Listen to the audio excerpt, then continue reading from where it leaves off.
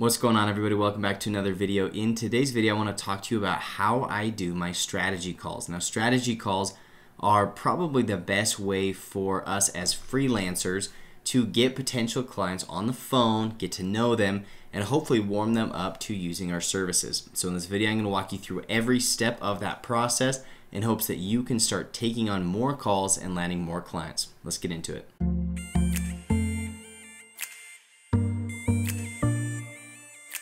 Welcome back to another video, everybody. My name is Peyton Smith, and I want to dive right into this. But before we do, there are 5 things that you need to be aware of before you start offering strategy calls. Now, the first thing is you don't want to rush these calls, and you don't want to dive into talking about something that your clients don't want to talk about, okay? And we're going to talk more about this later in this video, but you want them to lead these conversations. This makes it much less stressful for us because we don't feel like we're putting on a presentation. It's going to make it much more casual and much more effective. The second thing you need to be aware of is you don't want to oversell in these calls. The last thing people want is to get on a sales call, okay? And so make sure that you make people aware of this, that this is not a sales call. You're not going to push them or hassle them about buying your services. You're not going to need to if you do these calls correctly, because people are going to want your services on their own. The third thing is you want to make sure that you're not spending too much time in preparation for these calls. Now, one mistake that I made early on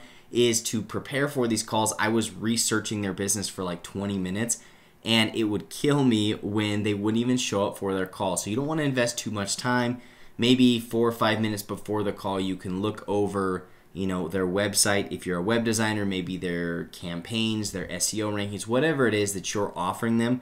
Look over those things so you can find a couple quick recommendations, but don't over prepare or waste too much time on each of these strategy calls. The fourth thing is you want to tell stories and use case studies and share experiences with these people that are going to relate with their situation, right? The last thing you want to do is share rigid statistics and walk through your portfolio when you could just share with them, hey, I had a client just like you in your same situation about 6 months ago, and here's what we ended up doing for them, and it really helped them in this way. And by just sharing those experiences, you're going to make this a much more personal call, and they're going to be much more engaged and feel like they know you at the end of the call. And the fifth thing that I want you to remember before I dive into showing you how to do these calls is don't put too much stress on yourself, right? These, again, they should be really casual calls, but the last thing you want to do is have a ton of anxiety in anticipation leading up to these calls, because the hope is that you're going to have multiple strategy calls every single day.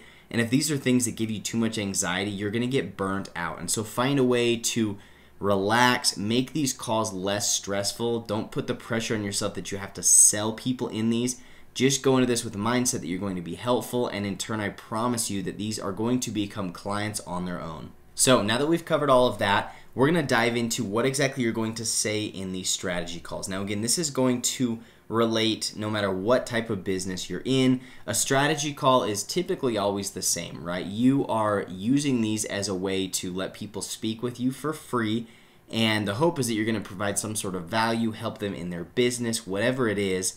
And so we want to make sure that that expectation is there and that we hold up that expectation. The last thing we want to do is get into this call and, again, start hard selling them, right? And so what you want to do is dive right into this call, and you want to start out by complimenting their business. I found that this is a great way to kind of establish a good relationship. It always makes me feel good starting with a compliment because typically it gets them to laugh, smile, whatever. And so normally I'll start out the call and I'll just say, hey, I really love your website, or I really love what your business does. It looks like you do some really awesome work. And by starting out that way, they're going to thank you, and they're immediately going to like you. It's going to get some positive endorphins going in this call, and it's going to establish that you guys are friends and that you're on the same team. Now, after that, there is a phrase that I like to use. Now, you don't have to hit this phrase exactly, but this is going to do a good job of setting kind of an expectation or setting the stage for the call. And I'll normally say something like this. I'll say, yeah, so these strategy calls are a really great way for me to get to know you and your business, and the hope is at the end of this 25-minute call, you're going to be able to take some of the things that we talked about and implement them into your business to make you more money or to accomplish this outcome. And by setting that expectation, you let them know that, hey, this is not a sales call. I'm just here to help you. And again, it's going to make them let down their guard, and they're going to be more open with you about their pain points, the struggles that they're having, and it's going to make your job through this whole call much, much easier. So after you use that phrase, you're just going to ask a simple question. This is the question you will ask every single time, and you're just going to say, what can I do to help you out? Or, so what is it that I can help you with?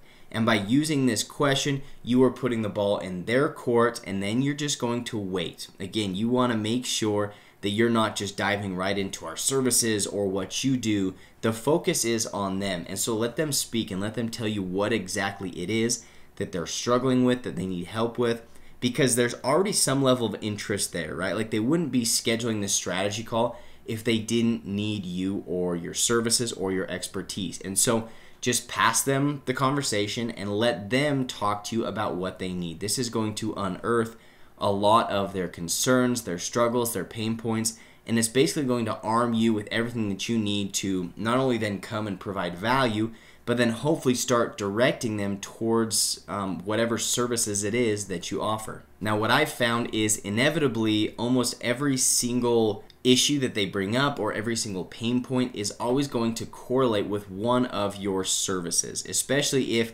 your website is clear enough or the place that they go to schedule a strategy call is clear enough.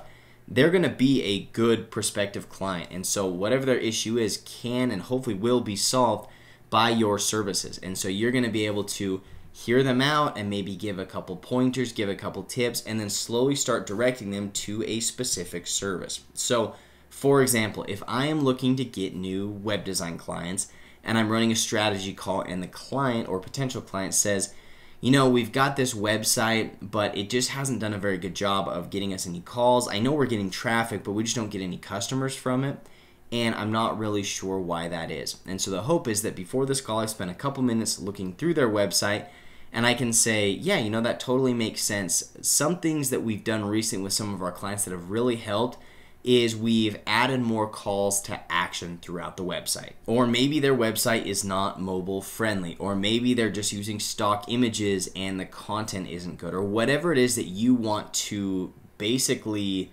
give them that they need to fix or you want to prescribe to them. This is going to be where they're going to get the value. Now, a lot of times these are going to be things that they know, but they just want to hear it from an expert. And so feel free just to throw out as much of this value as you can. Don't try to like hold some back or withhold it until they pay for your services. You just want to tell them as much as you can, because what I found is by throwing out all of this value, if I can give them a list of 10 things that they need to fix, chances are they're going to be thinking, oh man, I'm really overwhelmed because there's a lot that I need to do better.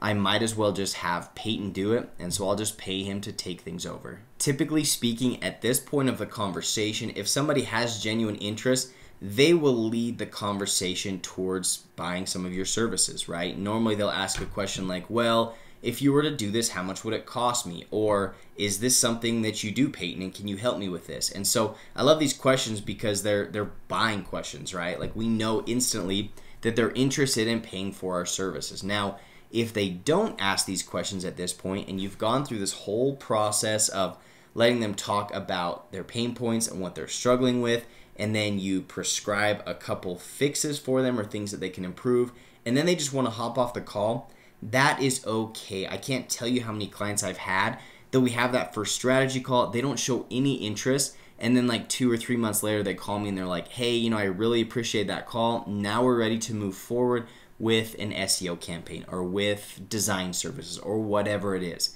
And so don't feel like if you hop off a call without landing a client that it was a failure, but certainly don't be too much of a rollover, because people are going to be interested. And sometimes all it takes is a good question in order to spur that on and open up that conversation. The question that I like to use that works 99% of the time is just asking something like, well, have you considered building a new website? Or have you considered running an SEO campaign? Or have you considered hiring a designer? Or have you considered whatever it is? Because normally they're going to say, well, I've considered it, but we've kind of held off because, you know, this or that.